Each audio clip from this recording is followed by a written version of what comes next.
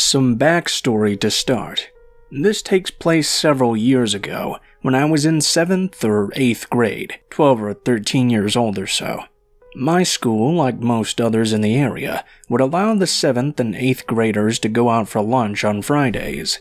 That is, provided you brought a note from your parents that morning, allowing you to do so. We would have an hour from 12:45 to 1:45 to leave school property to grab some food nearby and roam around the neighborhood for a while. This was one of those Fridays. It was probably in the spring, because I remember it being a pleasant temperature outside, possibly some rain as well. I can't quite remember the exact weather. Myself and 2 other girlfriends had decided to walk to the local Asian grocer and get some Chinese food from the hot table. Once we got our food, we decided to sit in a park we frequented that was about halfway between the school and the grocery store. It had one of those colored metal and plastic play structures designed to look sort of like a treehouse. We set ourselves up to eat in the play structure on the platform under the green plastic foliage of the treehouse. It was a pretty big park with a wood-chipped play structure and swing set area, along with a baseball diamond and some picnic tables in between the two.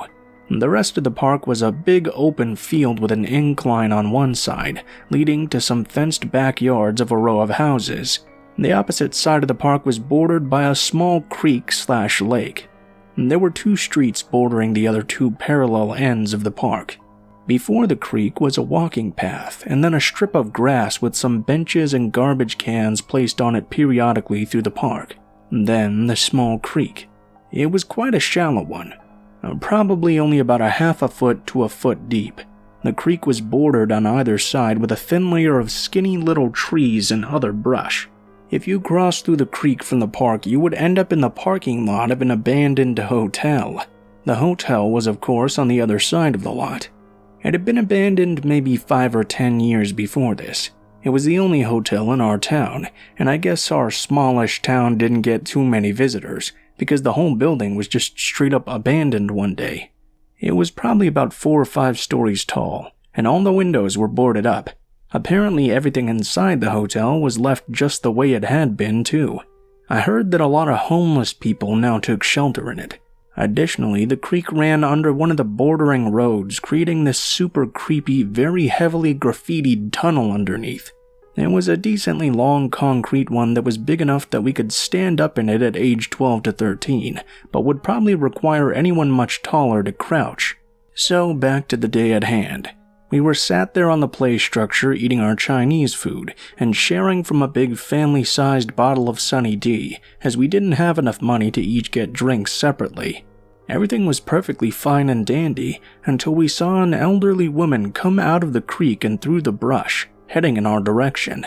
This was one of those classic-looking grandmas with a walker, so we were immediately weirded out wondering how she could have possibly gotten into the creek like that. Weird enough, but whatever. We start to get concerned when she walked past the pathway through the park, heading towards us instead of turning either way and leaving. Like I said though, this was a very stereotypical old woman, hunched over her walker, moving extremely slowly. She had gray or white curly hair with a scarf tied around her face. She was wearing these big sunglasses as well, so a lot of her face was covered up. She was also wearing several layers of typical old lady clothing, looking quite bundled up given the season at hand. Still, she heads towards us steadily, and eventually comes up to the side of the play structure. She stops right in front of a ladder of about 3 or 4 steps that would lead you from the ground to the platform we were sitting on. Once again, kind of odd that she would need assistance even walking, so she would most definitely not be able to climb up this ladder. She was very close to us now. Close enough that we couldn't even whisper between the 3 of us girls, because she would be able to hear it. Because she was so close though, I got a much better look at her. After standing there for a few seconds, she smiled at us. A creepy smile, but that wasn't what struck me as odd. It's kind of difficult to explain, but this was not an old woman's smile. Her teeth were immaculate, not the kind of perfect of dentures or veneers, but perfect like young, gently used teeth. I realized suddenly that I really couldn't see very much of her face at all. The scarf and sunglasses really covered her up. Like I said though, the parts that you could see looked exactly how you would expect of an old woman.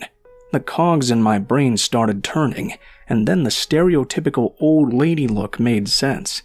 There was absolutely no one else in this entire park. We were alone with this creepy old lady. I guess it must have been 7th grade because none of us had phones yet. Luckily, this was the age of the iPod Touch. Somehow, one of my friend's dads saved us in the nick of time. Her dad had called her just at the right second. He said he was around the corner, just about here to pick us up, and my friend repeats the message out loud. As she did this, the old lady stood straight up, picked up the walker, and sprinted out of the park. This hunched-over old lady, barely able to walk, just straightened up into a tall person who picked it up and sprinted away with urgency. No longer hunched back and no longer needing the walker, but transformed into a completely different person, someone who sprinted away with athletic ease. But I know what you're thinking. Wait a minute, you couldn't call people on an iPod unless you had Wi-Fi, which we most certainly did not in the middle of a park. Well, my friend explained that what she had done was go into the settings app of her iPod Touch. She went to the sound settings where you could slide the volume of the ringer up or down, and it would play your ringtone at that volume out loud. She did this over and over again so subtly that we all really thought her dad had called her for a minute. She pretended that the ringing was him calling her on her phone, and made up the idea he was just about to be there. So yeah, basically this was someone who either walked through the creek from the hotel, or came out through underneath the bridge. They wanted us to see them as an innocent old woman, not being immediately startled when they began heading our way. Who knows what they would have done next or were planning to do, but I'm very glad we never found out.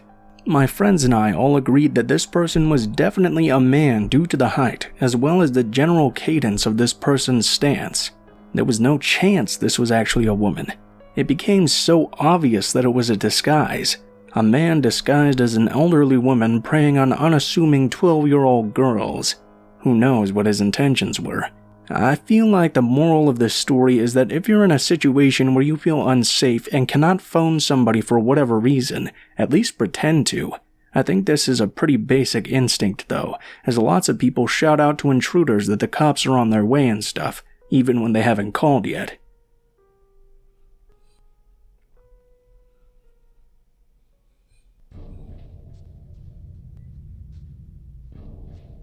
This happened back in the summer of 2006.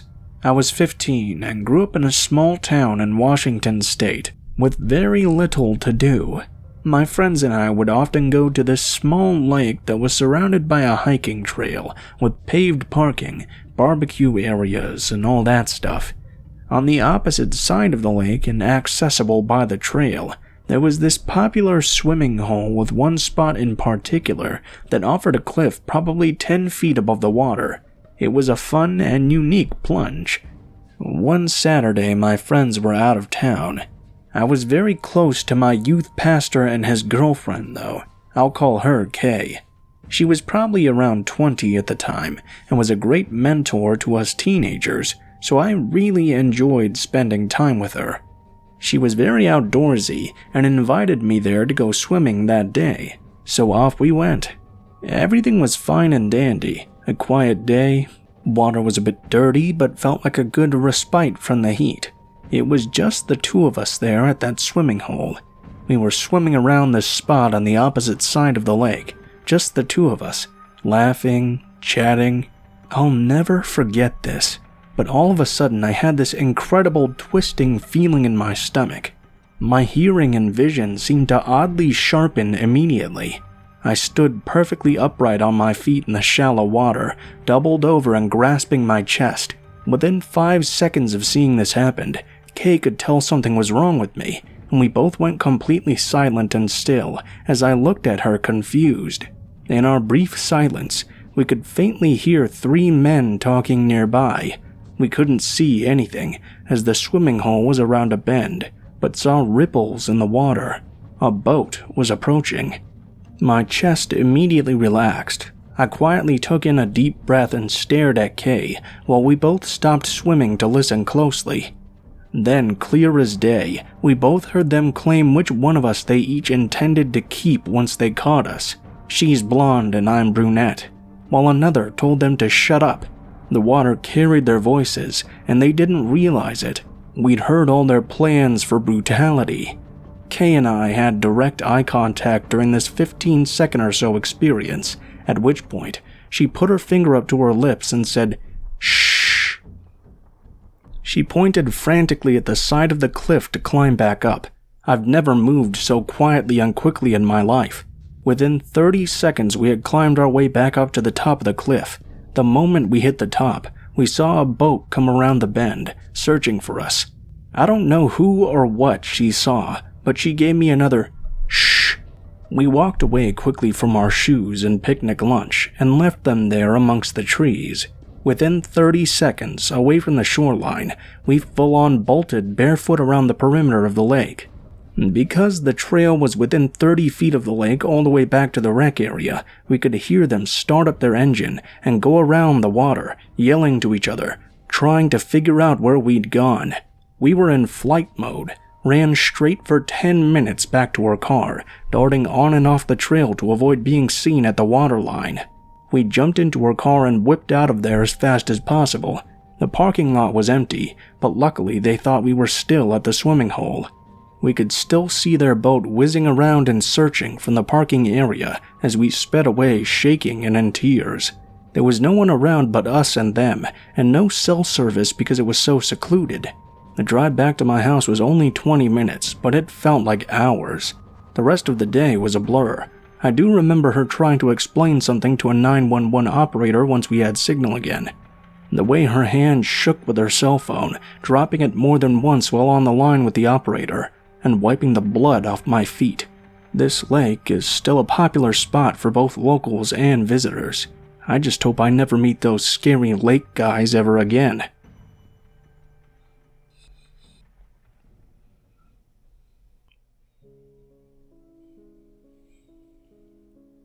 This happened a few years ago, and sometimes I still have nightmares where I did not manage to get away. Let me start off by saying I live in a pretty big city. Lots of bars, ABD clubs, and I have experience with partying and drugs. I've been in blackout drunk situations before, and this was not that. I no longer go out on my own. That night, I decided to go out with some friends bar hopping. I mainly knew only one of the girls that I hung out with on the regular. The other two were more acquaintances or friendly strangers. I was very outgoing though and loved meeting new people, so that was nothing new for me. We had a few drinks at a bar and continued on to the next one, having fun, great times actually.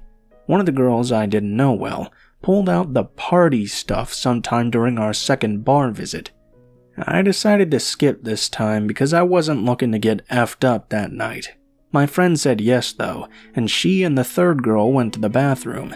The second girl, let's call her Barb, kept saying I should go with the two others. I declined and declined over and over. She got a little bit aggressive and mean after the third time I did so. My friend came back just then, and Barb acted like nothing had ever happened. We had some new guys join to our group to flirt. I'm in a relationship, but my friend and Barb were not. By then, the second girl had already left. Barb and my friend were starting to get pretty messed up too. I went to use the bathroom and texted my boyfriend I was coming home soon when I saw that my phone was dead. When I came back, the guys had gotten us all shots. I was pretty sober and declined it though. Barb shoved the shot into my hand and to avoid a scene, I took it.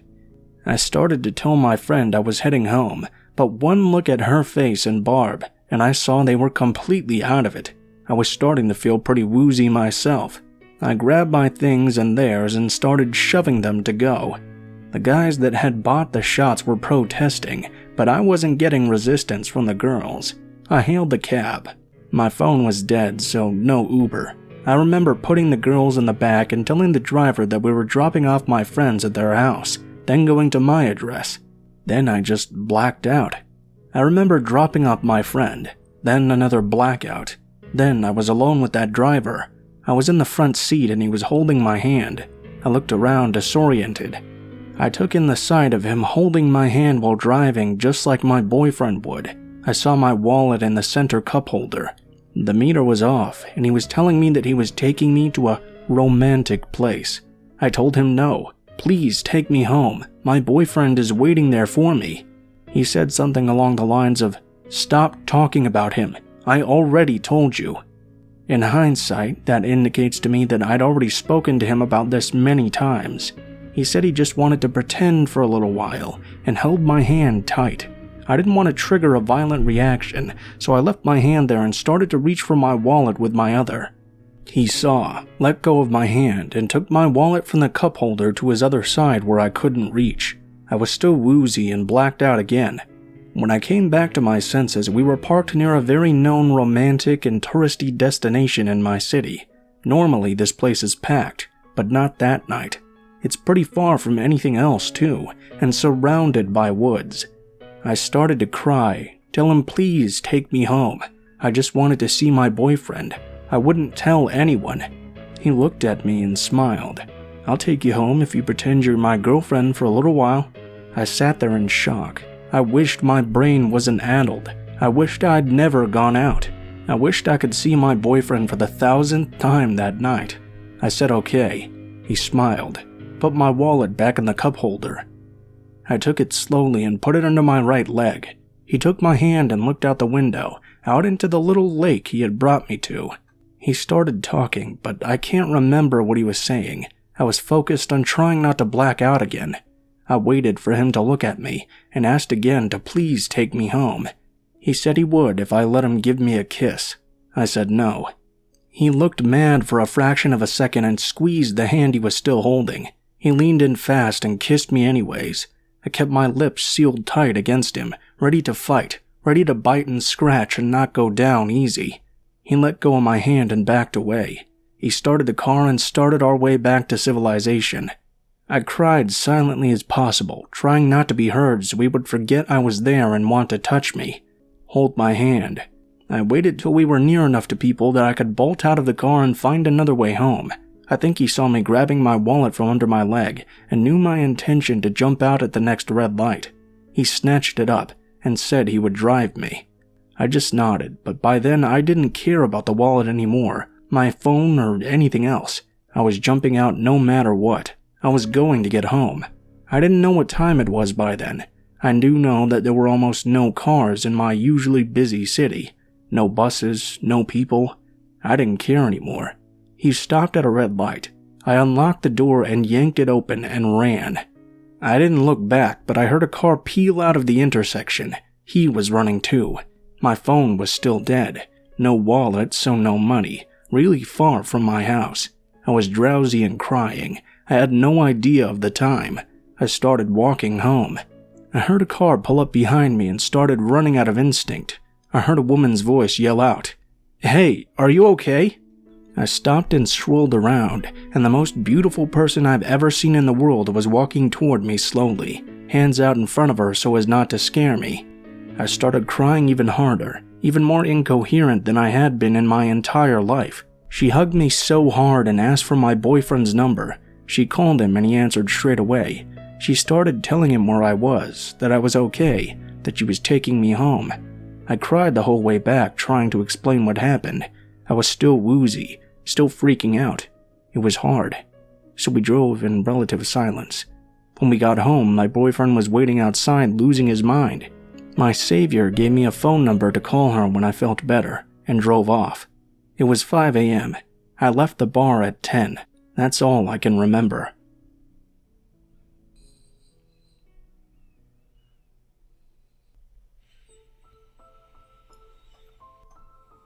What is up guys, Blue Spooky here as always. Thank you guys so much for watching, especially if you made it this far to the end of the video. If you enjoyed the content that you heard in this video, please be sure to like, share, comment, and subscribe if you feel so inclined. If you do decide to subscribe, make sure to hit that bell button right beside the subscribe button and turn notifications to all. Although if you would prefer not to do that, I also upload videos every day, so you can just come and check every now and again, and you won't miss anything. I did try to do some different editing stuff this episode to make my audio quality a little better. Let me know what you guys think, if you notice any difference or not. I think it sounds pretty good, but I will have to leave that up to you guys. If you guys would like to send in your own stories to be read on the channel, you can go ahead and take a look in the description below the video. You will find links to all of my social media, including my Gmail, Facebook, and Twitter accounts. Go ahead and send me a message on any of those, and I will try to get back to you on your story as soon as possible. If you do decide to send in a story, please be sure to include in the tagline what the name of the story is if it has one, what type of story it is if it has one, and how you would like to be credited in the description of the video the story appears in. If you decide to send in a story, please make sure to include proper grammar and spacing if you can, as well as much information as you feel comfortable sharing. That will give it the highest possibility of appearing in a video in the future. If you guys have any criticisms on anything I can do better, please be sure to leave those in the comments as well, as I am always looking for new ways to improve the channel. If you guys like my stuff here, as always, I have 2 other channels that I run, called Mr. Blue Skies and Darkest Hour respectively. I do true crime videos and documentaries on dark things that have happened in history on the other one. So if you like my stuff here, check those out if you feel like it. Maybe those will be for you. Overall though, guys, I think that's pretty much it for now. Thank you guys so much for watching, and I hope you guys have a great day.